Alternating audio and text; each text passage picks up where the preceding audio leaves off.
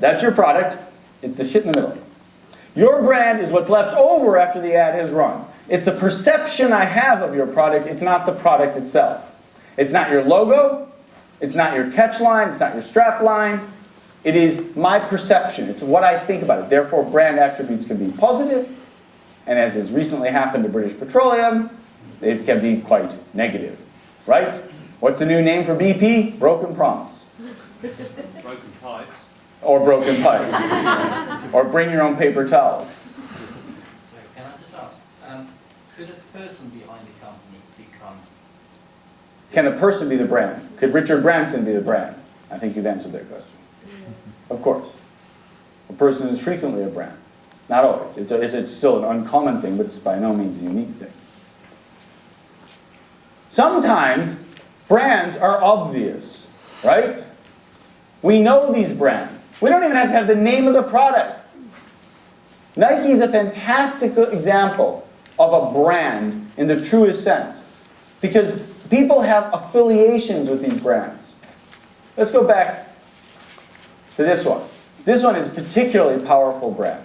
Not everyone likes Coca-Cola. I mean, it's sugar water, right? Some people think it's not great stuff. Whatever. Here's what I know. I prefer the taste of Coke to Pepsi. I always have. But there's something weird there. So for 60 years now, Pepsi-Cola Corporation has known that when you blindfold people and let them taste both, most everyone likes Pepsi better. Not everyone, but 90%. But as soon as you take the blindfolds off, they don't. Isn't that interesting? I actually was subjected to it. I was a teenager in a mall, walking around the mall. They're doing, because for decades, Pepsi would run these blind taste tests to persuade, in particular in the States, Americans, that they actually liked Pepsi better. And so they'd have these,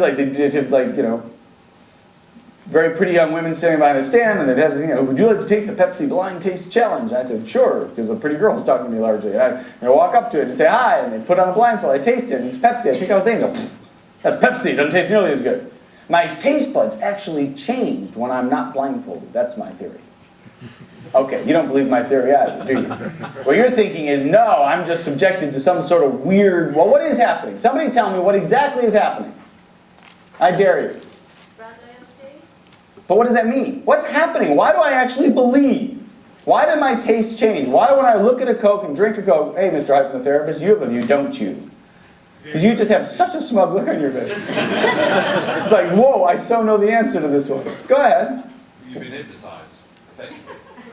Okay, I've never had that answer before, but I can go with that. Somebody else have an answer for me, so I'm not disagreeing with you per se. It's the emotion you're getting every time anything comes along connected to that. I agree completely. She says it's the emotion that's connected to it. Now, this may very well be another way of phrasing what you're saying. But actually, let's start with one thing that's true. Coke tastes better to me. Let there be no doubt. Coke tastes better. Because I don't drink blindfolded as a rule. It would be a messy process. I drink my Coke, and it tastes better. So there's nothing you can do as Pepsi to change that. My taste is my taste. Taste is this thing that is tied into the rest of us. A brand is embedded inside us. Take vodka. Vodka and perfume are my two favorite things in the world. Vodka in particular. Because the only difference in vodkas is the quality of the filtration system. If you don't filter stuff out, there's impurities. If you have impurities, it's a taste. It might not be a very good taste, but it's a taste. If you filter them out, you are as close to pure distilled grain alcohol as you can get. So why do people walk in and say, I'll take an Absolute on the rocks? Why do people walk in and say, I'll take a Stoli?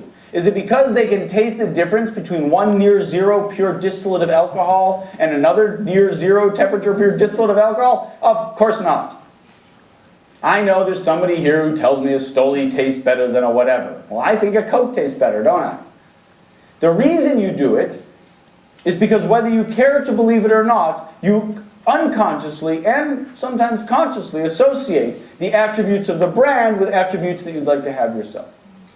A brand are the things that we care about. We wear brands all the time. We carry brands. Brands send off signals. They send off messages. We are ultimately tribal. We carry indicia of who we are and how we want to be perceived. We dress in a certain way, we don't dress in a certain way. These are important things because you do not sell and you do not market to businesses. You do not market to customers, you market to people.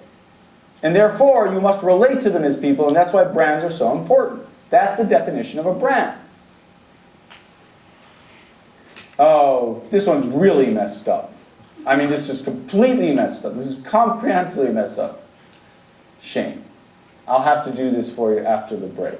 But what this was, but I can tell you about it. So, who here knows who Giles Coren is? Okay, so for those of you who don't, he's this columnist in